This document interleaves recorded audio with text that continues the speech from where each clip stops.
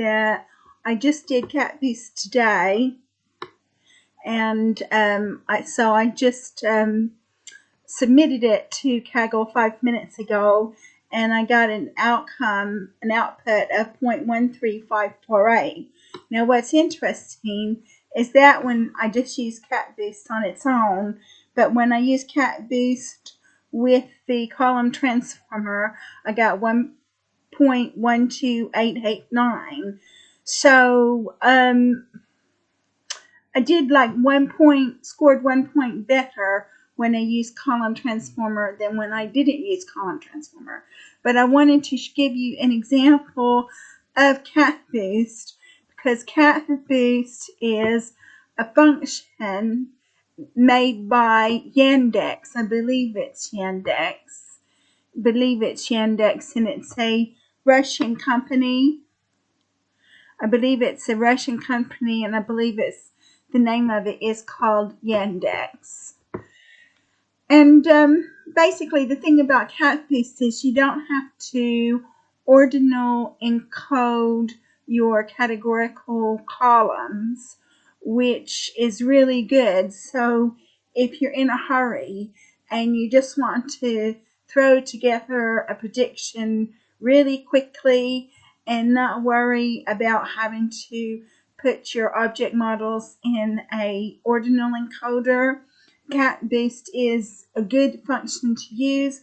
Although I will say CatBoost with column transformer gave me better accuracy. So what I wanted to do here is I just wanted to go over this program with you. So the first thing we'll do is we'll talk about the problem statement.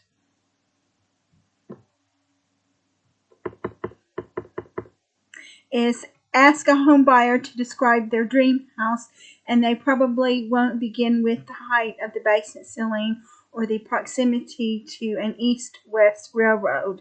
But this playground competitions data set proves that much more influences price negotiations than the number of bedrooms or a white picket fence. With 79 explanatory variables describing almost every aspect of residential homes in Ames, Iowa, this competition challenges you to predict the final price of each home.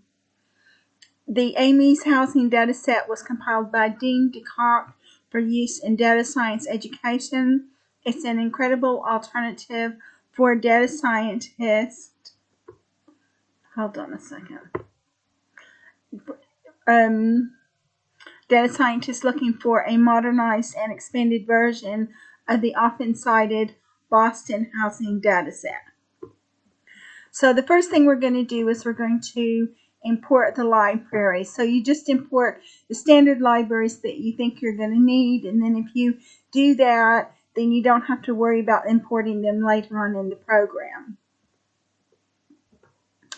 And then we're going to, because I'm doing this from Kaggle, we're going to read the files into Kaggle, because I'm actually in the Kaggle Jupyter Notebook at the moment. And then we read our data sets. We're going to read our train and our test data set.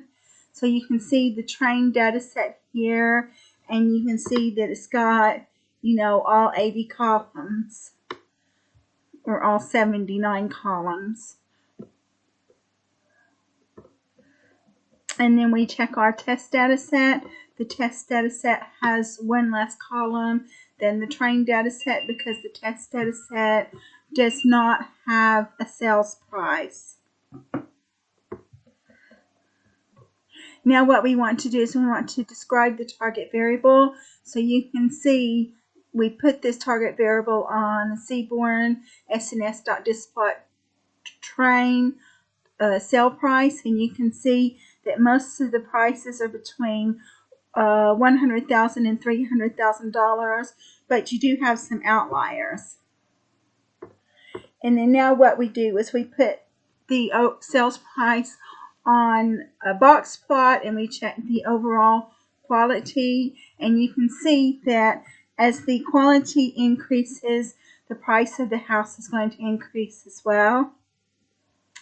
So we're going to check for null values. And we're going to check for null values on our train data set and our test data set. But what we're going to do now is we're going to impute those null values. And then so one thing about CatBoost is CatBoost automatically takes care of the null values, so you don't have to do any imputations if you don't want to. So you just have train.fillNA neg 999 in place equals true, and test.fillNA.999 in place equals true. So you don't even have to impute the values if you don't want to, because CatBoost will impute those values for you. We check for null values again. We see that we don't have any null values. Now what we do is we define our x, y, and x test variables. So y equals train.sellPrice.values. X equals train.drop sell price and ID. Axis equals 1. X test equals test drop ID. Axis equals 1. And now what we do is we set up another variable called categorical features indexes. And then I got this variable from an analytics SpidHighest site, and they used it on a different data set. But they were just checking on the train test. They weren't checking on the test set. So the only thing they said was categorical feature indexes equals np.where x.dtypes does not equals np float 0. And whenever I got to trying to predict on the test set, it didn't work, and I didn't know what to do. So I created another variable called the same variable, categorical underscore features underscore indexes equals np x test dot d types not equal np float 0, and it worked. Don't ask me how it worked, but it did, because I was grasping at straws. I wasn't sure exactly what to do, so I just did that, and it worked. So we'll just leave that the way it is, and that's the way it is because I read somewhere that it says nobody's going to teach you how to program. You have to do it yourself, and that's basically what it is. Nobody's going to teach you how to program. You know, you can go do tutorials, and you can look at YouTube videos and things like that, but at the end of the day, you just have to figure it out yourself. So I just took an educated guess and did that, and it worked. So the next thing we do is we split our X data set up for training and testing. So X train X val, Y train Y val equals train dest split, X Y test size equals 0.1, random state equals 1, shuffle equals true. And then we check the shape, and you'll see that we've got 79 columns on our X train, X val, and X test. So X test has to be like X, otherwise it won't work. And now what we've done is we've defined our model. So CatBoost must be on the Kaggle site, Kaggle Jupyter Notebook, because I did not have to install CatBoost. I had to install CatBoost on Google Notebooks, but I didn't have to install CatBoost on Kaggle. So CatBoost must be on Kaggle already.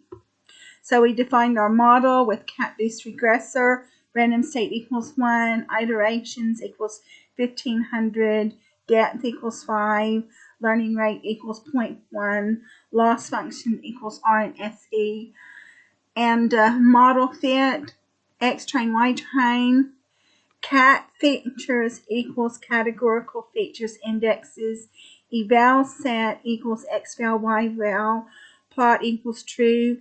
And it was supposed to plot it. It was supposed to actually plot it, but it didn't plot it.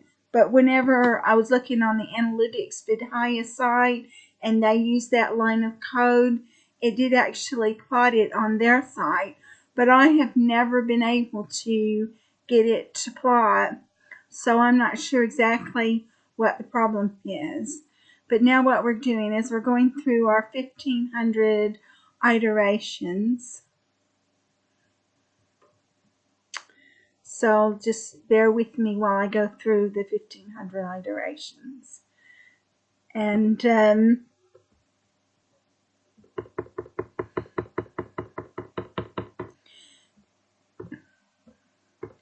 so we've got 96.77% accuracy on that. And now we predict on the validation set. And when we predicted on the validation set, we had 95.59% accuracy. And the R2 was 99.99. And then so I made a data frame so you can compare the predicted values against the actual values. And now we predict on the test set, and that line of code that I put in about the categorical features indexes, it worked, because if I didn't put that line of code in, then this would not have worked. And then so what we did was we submitted our predictions and we made a data frame. And when we submitted the predictions and made the data frame, the score that I got was 0.13547, which was over 1 point worse than the previous score. But if you're in a hurry, and you don't really want to impute your values, so you just put in a -999 to impute all your values, and you don't want to ordinal encode your categorical features, or you don't want to one-hot encode your categorical features. This is a quick little program that lets you do all of these things without doing all of the pre-processing that you normally would have to do.